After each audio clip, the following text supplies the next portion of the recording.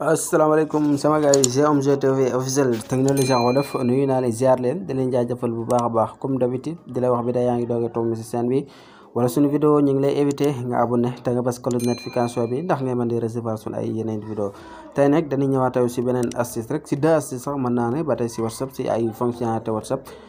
dernière mise à jour yi WhatsApp yi muy am solo astuce bi si njëkk mooy naka ngay personnaliser say notification maanaam personnaliser say notification boo ko déggee mooy maanaam na nga koy personnaliser maanaam bu la neex mën nga kaa def groupe bu la neex mën nga kaa def personne ba maanaam ku la envoyé message rek sonnerie ba muy àndal du bokk ak beneen message ba quoi noonu boo ko personnaliser loolu moo tax nga koy mën a am pour loolu nag day ñëw ñu dem suñu WhatsApp ñu wala tout d'abord bu ñu duggee suñu WhatsApp nii très facile da ngay ñëw par exemple ñu bëggoon kaa def si groupe bii nii groupe Omzo TV officiel technologie bi ñu bëgg ko see def personnaliser notification bi loolu c'est facile dañuy ñëw ñu dugg si biir groupe bi bu ñu duggee si biir groupe bi da ngay ñëw ni nga cliquer si kaw baaru groupe bi nii bu si cliquer noonu da ngay daati ñëw fii nga avancé tuuti da ngay def mu defal la fii notification personnalisée activée léegi notification personnalisée bi da ngay cliquer si kawam bu cliquer si kawam day daal di ibbiku par défaut nag boo ñëwee da ngay fekk fii nii du activé wu waaw ñun ñu nga ko activé woon mais par défaut boo ñëwee da ngay fekk du activé wu nag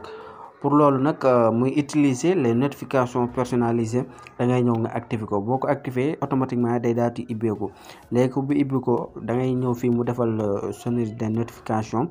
léegi sonnerie de notification bi day wan ne maanaam nga personnaliser groupe bi maanaam mën ngaa changer notification bi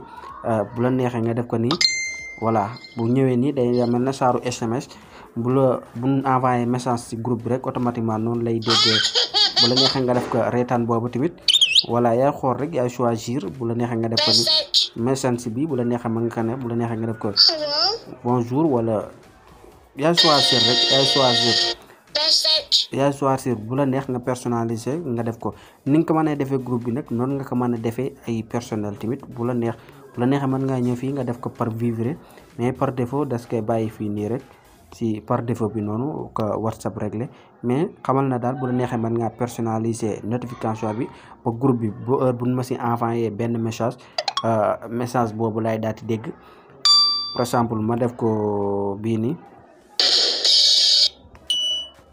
léegi ma def ko message bi maanaam heure bu ma envoyé benn message ci sama groupe bi rek muy groupe Omzo TV officiel bi technologie ma dégg mu def benn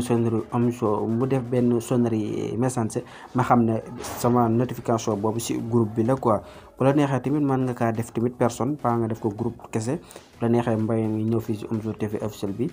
ñu cliquer nii ñu cliquer noonu ci comme d'habitude comme fait rek da ngay ñëw notification personnalisée nga cliquer fi ñooy yem rek nga ñëw activer fi utiliser les notifications personnalisées nga cliquer si bu la neexee tamit nga ñëw fii par défaut bu la neexee mën nga kaa def par défaut nga bàyyi ko foofu si kaw mais bu la neexee nga ñëw andi ko foofu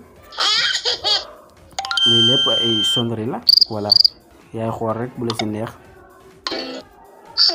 voilà bu la neexee tamit ñu bàyyi ko foofu activer ko léegi suñu deuxième astuce la ñu ñëwal la ko ba tey si nouvelle mise à jour yi fonctionnalité WhatsApp bi ba tey pour loolu si deuxième astuce bi moo nekk ni maanaam astuce bi rek xam naa ne mise à jour la bu bees la si WhatsApp maanaam par exemple boo bëggoon a déglu benn vocal ni par exemple ñu déglu vocal bi mën nañ koy déglu ni bu la neexee léegi cliqué nañ ni vocal bi ba mu commencé di wax ni par exemple xaar ñu wàññi vocal bi léegi ñu wàññi ko nii teewul dañuy génn bu ñu génnee nii automatiquement man ngay déglu vocal bi vocal moo nekk nii si kaw man ngay manipuler sa WhatsApp nii tamit te teewul vocal boo ko bëggee pause nga pause ko nii si kaw boo ko bëggee play waat nga play ko nii voilà yaa ngi gis ni lii mooy deuxième astuce bi si nouvelle mise à jour WhatsApp yi si la bokk quoi mën ngaa play audio bi nii si kaw muy wax te mën ngay discuter ak keneen ngay écrit ak keneen nga dugg fu la neex mën nga fay dugg di écrit te boo bëggee play fii da ngay daal di play fii audio bi tamit nga koy déglu quoi c'est facile quoi. voilà j'espère que gars yi astuce bi leer na di wax na lii la leen andiloon seen biir canal Omzo TV officiel technologie en wolof di la wax rek comme d'habitude bi dee gan si chaîne bi éviter nañ la nga abonné nga bës ko